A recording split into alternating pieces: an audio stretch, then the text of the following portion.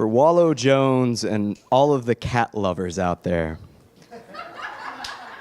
She claws at my post, dead eyes locked in this gaze, the purr of anxious thirst growling from within her. She curls into a ball, rests her temple on my chest, frayed tail canoodling with the tip of my nose.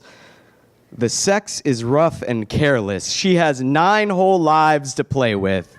I beg for that feline fellatio. The tickle of her whiskers gives me endless goosebumps. I pull her hair. She bites my hand. She meows in ecstasy like the bed sheets are made of catnip.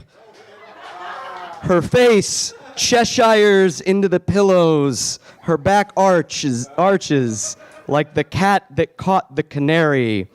We sleep in this spilt milk. In the morning, I brew us coffee. She knocks her mug off the counter.